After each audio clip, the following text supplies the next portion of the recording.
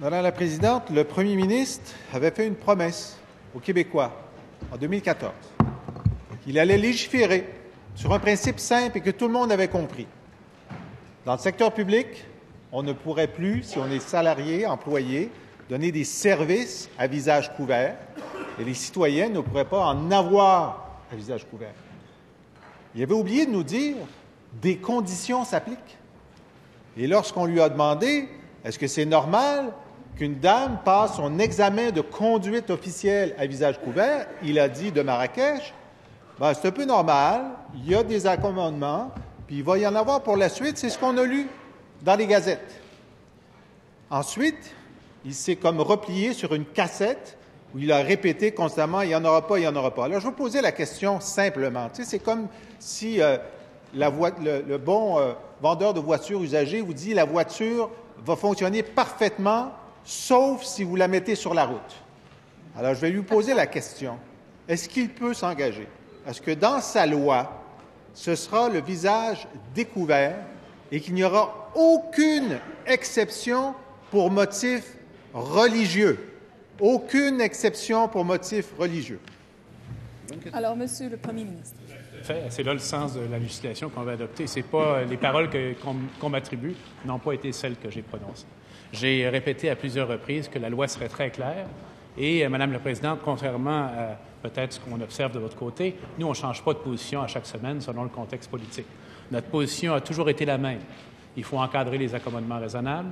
Il faut faire en sorte que les services publics au Québec soient donnés ou reçus à visage découvert, et ce sera le cas. D'ailleurs, je remercie mon collègue d'avoir donné une bonne indication qu'il pourrait même soutenir le projet de loi. Je le félicite, ça montre de sa part une ouverture qui l'honore. Et il faut dire qu'il a passablement exploité ce thème lors de la course au leadership pour s'en dissocier par la suite, mais ça, c'est une autre question sur laquelle on pourra revenir. Alors, effectivement, il y aura poursuite des débats à l'Assemblée et éventuellement adoption du projet de loi qui fera en sorte d'indiquer clairement que sans exception religieuse, effectivement, il n'y aura pas de service public donné ou reçu à visage découvert. Première complémentaire, Monsieur le chef de l'opposition officielle. On avance, Madame la Présidente. Donc, on comprend que le projet de loi sera modifié et son article sur les exceptions sera complètement changé pour exclure toute exception pour des motifs religieux. Voilà. Deuxièmement, sur le tchador. Sur le tchador, le premier ministre avait dit que c'était une manifestation d'une situation d'oppression de la femme et d'exclusion. Et dans un rapport du PLQ, on disait qu'on allait l'abolir dans le service public. Pourquoi a-t-il changé d'avis? Monsieur le Premier ministre. C'est plutôt lui qui change d'avis de façon répétée, Monsieur le Président. D'ailleurs, ce qui avait été dit à l'époque, il faut répéter ici, si on connaît un tant soit peu les éléments qui sont associés à ce que le collègue vient de mentionner, il apparaît hautement improbable qu'une femme se vêtant de la sorte décide de vouloir travailler dans le secteur public pour de nombreuses raisons. Maintenant, il le sait très bien, mais l'opposition officielle et peut-être même la deuxième opposition vont tenter au cours des prochaines semaines de nous faire évoluer dans un autre monde imaginaire. Il n'y a pas d'enjeu de cohabitation au Québec sur les vêtements. Ce n'est pas là que se pose l'enjeu.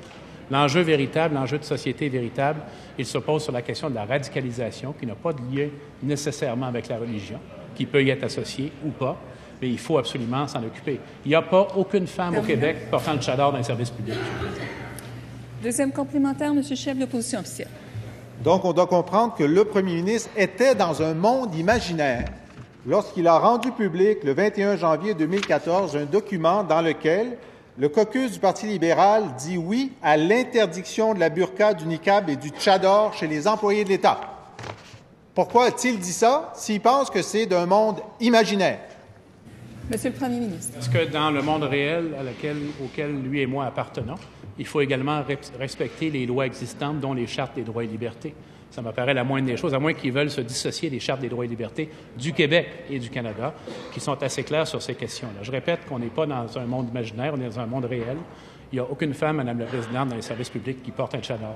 Il n'y a aucun policier encore qui porte quoi que ce soit non plus. Tout ça, c'est là pour agiter l'inquiétude des gens, susciter la méfiance entre les communautés et semer la division dans le Québec, ce que nous ne ferons pas. Nous allons faire ce que nous avions dit que nous ferions, encadrement des accommodements, visage découvert pour les services publics.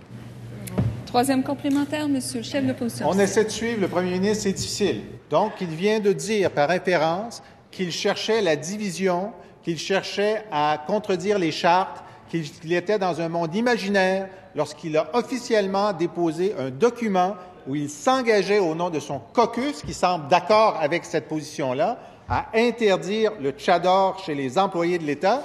Ça n'existait pas à l'époque non plus. Il a cru important de l'écrire. Et donc, à ce moment, il pense que ce qu'il a écrit ne vaut rien.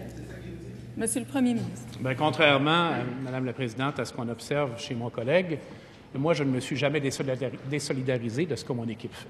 La première chose que notre collègue a fait lorsqu'il a annoncé sa candidature à la direction de son parti, c'est de se désolidariser de ce que le Conseil des ministres auquel il appartenait avait fait sur la malheureuse charte des soi-disant valeurs du Québec qui a été faite par le Parti québécois et qui a été, on le sait, très mal reçue au Québec et à l'étranger, qui a nui à l'image internationale du Québec.